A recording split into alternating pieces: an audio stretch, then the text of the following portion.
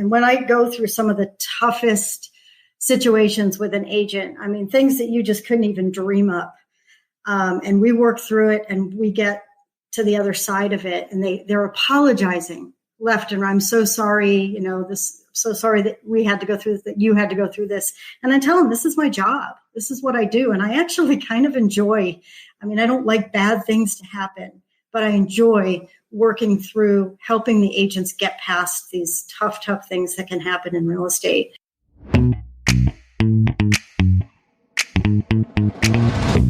You're listening to the Real Estate Sessions. I'm your host, Bill Risser with Fidelity National Title, Tampa District. Thanks for tuning in as we uncover the stories of leaders in our industry.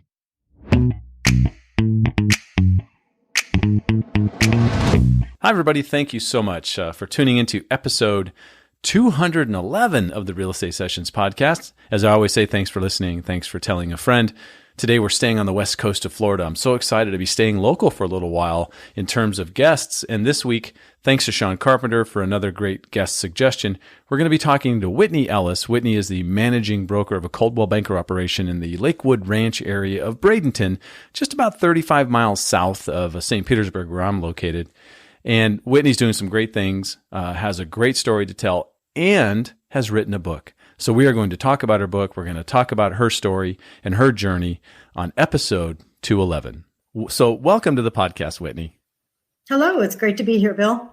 Yeah, I'm really excited to talk to you. I have two guest bookers who love to find people for me to talk to, which I think is the best way to meet people because I can't talk to everybody around the country. And for you, our connection is Sean Carpenter. And I think a lot of people listening to this podcast know Sean. Sean's like a raving lunatic fan of the podcast. I can't thank him enough. I don't know if that's the right way to say it, but he's really cool. So I want to know how you met Carp, and maybe if you have a good Carp story to share, that'd be kind of cool too.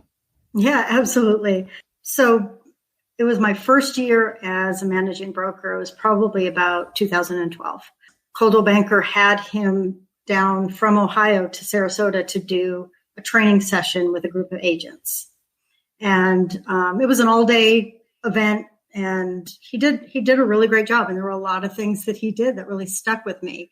And then I've seen him since I saw him at Gen Blue last year. He taught a session. It was standing room only. I was standing up in the back. So, and there are a couple of things that really stuck with me that I've used throughout the years. So he's a great guy.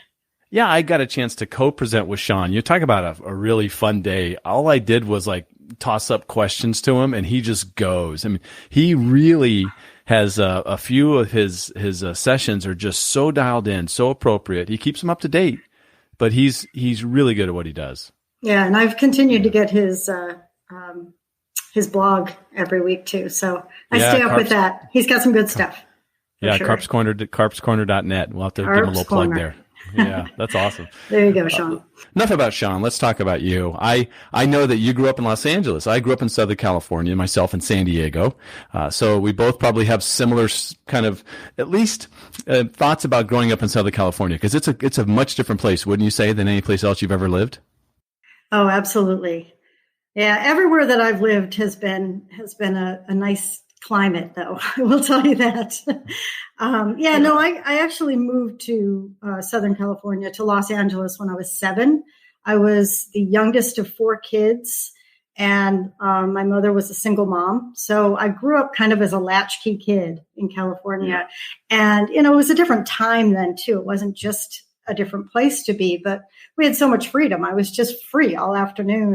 From the time I was 7, 8 years old, I was just roaming the streets, going to friends' houses, and we skateboard everywhere. We'd ride our bikes to the beach. But yeah, we took advantage of the beautiful coast, and it was a great place to grow up. Yeah, I tell people all the time, that you think of Southern California, the first thing everyone thinks is you all live on the beach. And I'm like, no, not really. There's other parts to California. We lived about 20 miles inland, in San Diego in the East County. How close to the coast were you? I would say probably 10 to 15 miles. We'd take a bus. Sometimes we'd ride our bikes. Yeah. But yeah, it definitely was not a beach life. Right. But you could get it if you wanted it.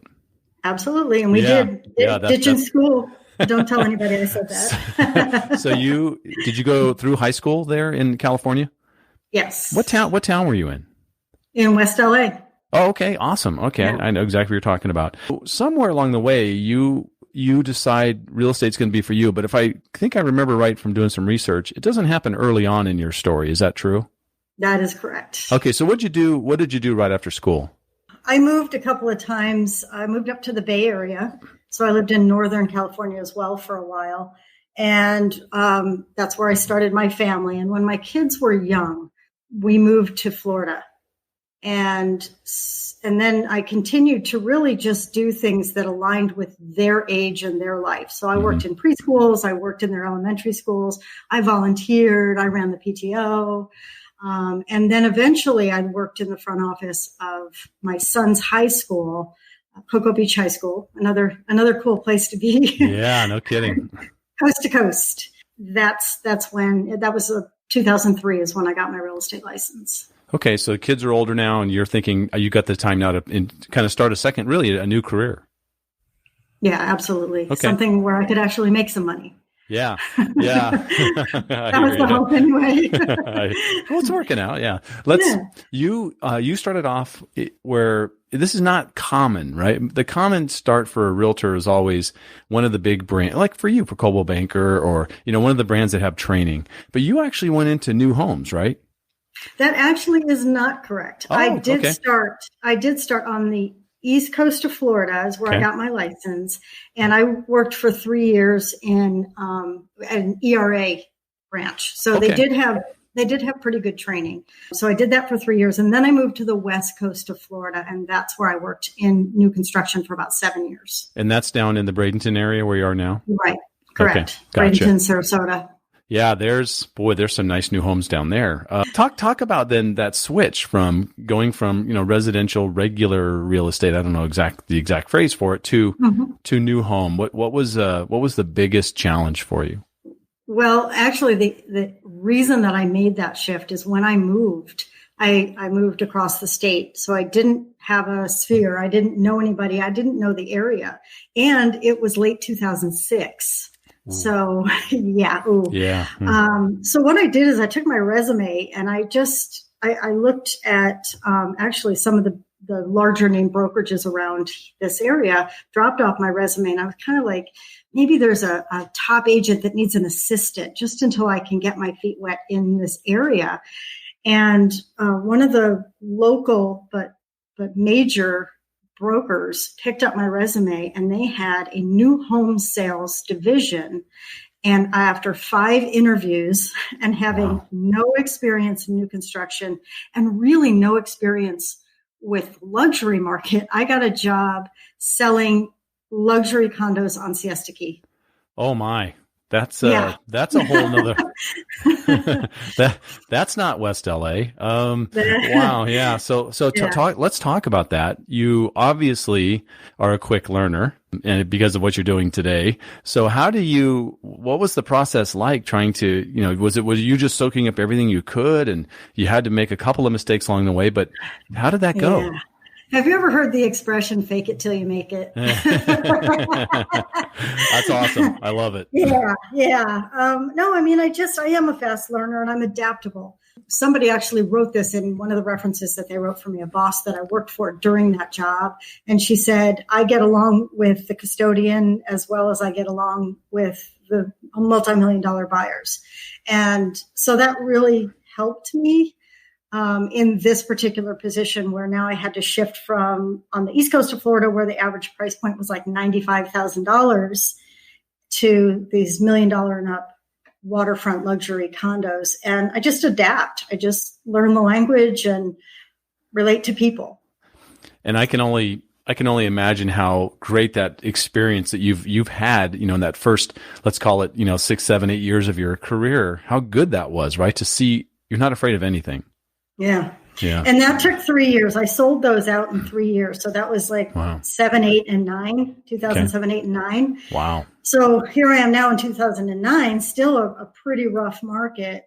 And so then I joined another single family home builder one of the larger builders around here. So I went into that market. So I was on-site sales in a new home development. Gotcha. But and they do a lot of training as well in those positions. Yeah, that's true. They have people coming in all the time. I know personally, I've done some training for new home sales divisions about certain things. And so they're always trying to up the game with the sales teams. That's great. Yeah, I learned a lot. 2012 rolls around and you go back to residential, right? So you end up going with Coldwell Banker. Talk about what prompted that change. Well, I just kind of felt like it was time. I had gotten to know the area, obviously had been there 7 years now, and I wanted to take control of my own career again. The funny thing about new home sales is, you learn really fast to make that quick connection with a client. You have to capture them in 3 minutes. And I was doing that, but I found that if that home or that community wasn't for them, then I lose them because the only thing I could sell is the property I was sitting in. So that happened more and more. And I said, wait a minute, I can probably do a little bit better and expand my career. So I did some research. I talked to 3 different brokerages, which is what we always tell new agents to do. Right. And I decided on a Coldwell Banker office in Lakewood Ranch, which is where I was living at the time, and really, really connected with the broker. You connected in a very big way because it only took a couple of years and all of a sudden you're the managing broker of the office, right? Yeah, actually I became the managing broker of another office. Okay. But yeah, it was less than 2 years. I don't even know how it happened, to be honest. My head is still spinning. Yeah. And now you mentioned Lakewood Ranch. And so I live up in St. Petersburg. I'm about 40 minutes north of you, roughly, maybe a little less, depending on traffic. And I've been detoured. This is going to sound weird to people listening, but I've been detoured off the I-75 because of an accident multiple times. I'm sure you love this in Lakewood Ranch, through Lakewood Ranch. You probably know the exact route I took. I do. Yeah. But can you just tell me, first of all, try to give the listeners a sense of what Lakewood Ranch is like, because it is this little hidden paradise just off the 75 that you never see unless you're going there. Yeah, really interesting. It is a master plan community, and it's one of the largest in the country. And it actually was just named #1 multi-generational master plan community. Because like the Villages, everybody knows the Villages up in northern Florida, but that's known for being a retirement community. Lakewood Ranch is great for retirement, but it's also great for families. There's sports complexes and, all the sporting activities, A-rated schools, walking trails, biking trails, golf courses. And then they also have a couple of small little town centers. So you've got a small movie theater and restaurants and retail shopping. It's really, really growing. It started in 1994, and I think there's 36,000 households now, and there's 20,000 more planned. Wow. It's huge. I knew it was big, but I didn't know it was that big. Wow. Yeah. That's great. And price points for everybody. I mean, starting in the 200s into the millions. Right. Yeah. It's really cool. And I know there are, thousands of people live there that commute up to either St. Pete or to Tampa because it's a perfect kind of a bedroom community for them, right? Yeah.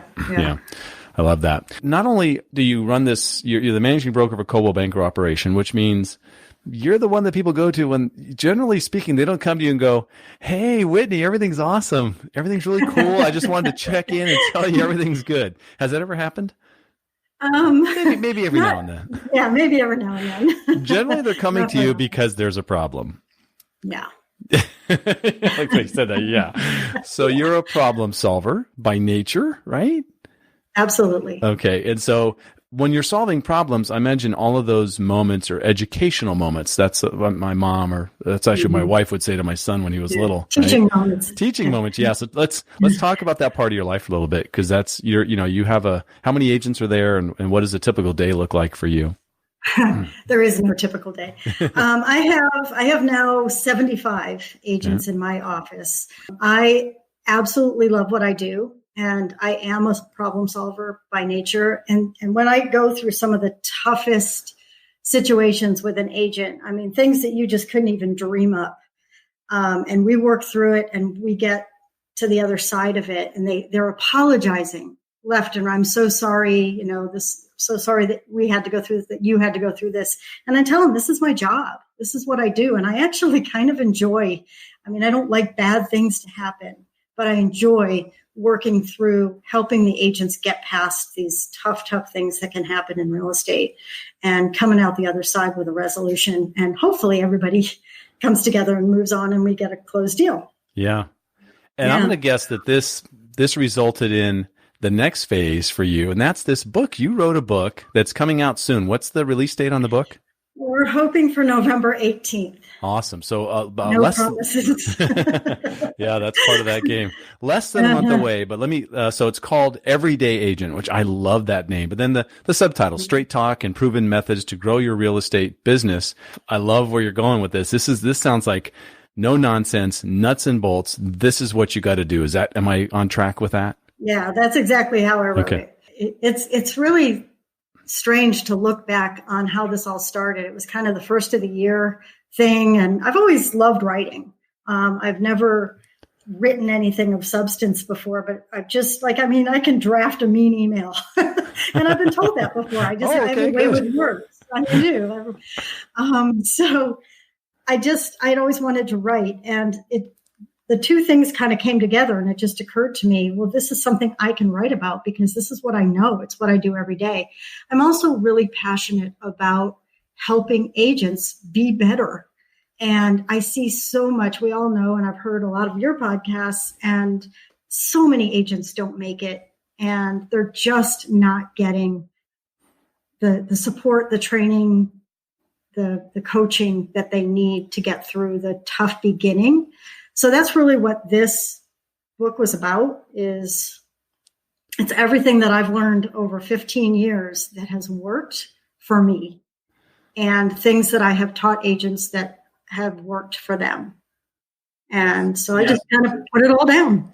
Yeah. Since 2012, you've had new agents come into your office, right? And you're that first point of contact. You're the one that has to kind of get them on the right path, in the right sessions and classes and whatever else you do, right? So this seems like a natural extension of what you've been doing. Yeah, absolutely. Yeah. So you sent me an advanced copy, which I really appreciate, and I read it. Love the book, and you break the book down into these 4 segments, right? And so we'll call them mindset, preparation, and productivity. The real work, which is I love that, and then that adding value thing, which really, I guess if someone was asking, what does that mean? It's really, how do you make this a customer forever so they can continue, right? So you've got to be with them. So that's kind of the breakdown, right? Yeah. Yeah. So tell me how you arrived at that. What is it? Is it something is it a way you handle training, or how'd that flow come together? It just came together naturally. The first thing you do when you go to write a book is you write out the outline, which then becomes your chapters. And so I wrote them all down in the order that just made sense to me, because the first part is the mindset. The first part is the business planning piece of it. And I've read a lot of real estate books, as many as I can get my hands on. And it's funny that so many times that piece is at the end. And for me, it just felt natural. That has to be first. And then getting yourself organized was kind of the second piece, and getting your team together and putting your business systems in place. And then getting into what I call the meat and potatoes, the productivity part of it. So how do you go out there and get business? I've got agents that want to jump in a little too fast, and I don't coach them to wait until they're completely ready, because you will never be completely ready. Mm-hmm. But have some preparation, be ready for, you got to know your contract a bit. You have to at least be familiar with some things. If somebody were to say, I want to write an offer today, are you ready to handle that with maybe a little help? I'm always there for my new agents to help them through that. But so you got to lay the foundation a little bit. And then, of course, the last piece of it was about relationships and how to stay top of mind, and the follow-up and being that what I call the realtor for life piece of it. I'm just guessing that's kind of where Sean Carpenter fits into the equation a little bit. Relationships. Yeah. Building relationships. Yep. Solving problems and having fun. I have to finish that. I have to finish that or he's going to get mad. So, I want to kind of go sidebar for a second. I've never seen this before in a real estate book ever. And I've read lots of them too, but you wrote a poem and the poem's called Change. And it was really, really good. I was going to read it here, and I thought, no, don't do that. I won't read the poem on the. Buy the book. Exactly. Buy the book. Yeah, right. So I want to know. First of all, that's probably not your first poem, correct? Wrong. Really? That was the very first poem you've ever written, and I think so. So. I mean, I may have done a few in high school or something, but yeah, as far as anything that I still have or remember, it is the first. And there's an interesting story related to that poem. I wrote it back in, I think it was 2010 or 11, maybe. And I was working for a builder, and this builder was really big on business building books. So he would always, tell us to read books and that kind of thing. And at one of our sales meetings, he brought in, I think it was 4 different books, piles of them, and said, everybody pick one and everybody has to write a book report, which I thought was silly nonsense. It's like, this is my job. You're asking me to write a book report. What are we, in high school? So I'm always an outside the box thinker. I don't like to do things the same way everybody does or the way that somebody's going to expect. And I'm pretty sure I knew in advance that this was a contest. I don't remember that for sure, but I think I knew it was a contest. So I wrote a poem about the book. And I don't know if you can identify what book I read by the poem. Probably not. No, but now don't tell. Change. Yeah. Not Change Agents. No. That would be Seth Godin, right? No, I took the easy way out, Bill. It was Who Moved My Cheese. Oh my gosh, that's awesome. Business books. It took me about 45 minutes to read it. And then I just sat down and wrote this thing. I don't think I even struggled with it. And by the way, I did change the title of it. The Change was just a working title. And it's called A Choice for Change. Ah, that's right. Okay, gotcha. And did you win the contest? Yes. Oh, look at you. I won $1,000 with that poem. Are you kidding me? That's crazy. Oh my gosh. I can't believe it's really good. So now, anyone who wants to see that, you'll be headed off to Whitney's website. I want to bring this up too. You're actually tying, a website component into the everyday agent as well. And is that to help with some accountability, just to kind of put some pieces in front of people to help them, achieve success? Yeah, that kind of morphed as I was writing the book, because I would come up with a system or a tool or a checklist that I use. And I was like, well, I should make these available that people can get them. So then we started developing the website part of it. So I visited so many of these websites, and I get solicited by so many people that are trying to sell their programs and all that stuff. And they can be confusing. They can be really expensive. So I'm clustering it together as one program at one very reasonable price, just because I do have to, to put some monetary value to it. Again, there's that skin in the game and the accountability of it, but it's also geared for new agents. And so I want it to be accessible to everybody. But yeah, as I was talking through the book and going through some of the things, I was like, well, there needs to be a piece with that. In addition to resource materials like checklists and guides and things, there's also a series of short videos that go deeper into the topics. So there'll be one about open houses and one about business planning. And that's you on camera talking to them and they get to see who you are? Or? No. All right. So as a guy that does a lot of video, and I think agents should, I don't know, I think you agree with me. Yeah, I do. How'd you get around that?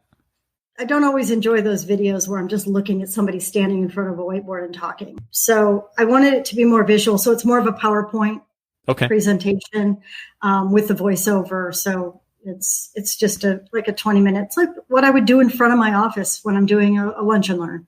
Okay. So I'm just delivering the material that way with visuals rather than just looking at me because, nobody wants that. No, stop it. No, it's just so funny. I thought, well, that'd be great. It'd be some videos. You could be, kind of showing off some stuff. Maybe that's coming. Maybe that's coming later. Yeah, maybe that's great. I want to ask you this, up here, we're having a little bit of, the OfferPad open door thing is cranked up here. Do you have that problem down in Sarasota and Manatee counties? Are they there yet? Very minimal. Okay. Yeah, it's here. It's here. I think my office has run across it once. Okay. Yeah, it's that price point thing, right? They're definitely never going to be on Siesta Key. No. And I do some work in Lee County and Collier County, and they're just staying away from the high end stuff. But you could see maybe, someday Lakewood Ranch might be possibly a target.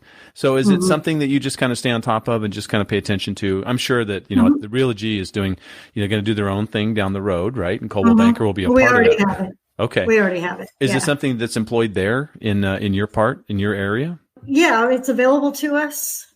This is something I think that there is a very limited place for this in our market. But the other thing about our market, Bill, is that we are so heavy in new construction that this can sometimes come into play when somebody's found their new construction dream home and has to sell in a hot hurry so that they can get into their new house. Right. That they might turn to one of these iBuyer programs to sell their house quickly. So we are absolutely offering that now. The other thing that we're finding, which is interesting, is that we're working the other side of the transaction and selling homes that are listed by like Open Door. Interesting. And that's a very interesting process in itself. I'll bet, right? So, without having that normal agent to agent relationship, it's a little different. Yeah. That's been challenging. Yeah. Well, look, I'm watching the clock here. I really try to keep, honor my guest time. We're heading towards that 30-minute mark. So I want to ask you the same question I've asked every guest on the podcast. And you've heard it once or twice, but it's, if you could give one piece of advice to a new agent, what would it be? Am I allowed to say read my book? That could be number one, but then I need a second one. Okay. No, definitely that you have to go in with the mindset and the expectation that this is your own business and you have to work at it every day, which is the reason for the title of my book. You have to be an everyday agent. You have to be an agent every day.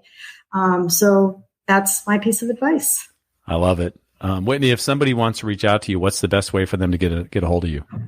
Check out the website. It's everydayreagent.com.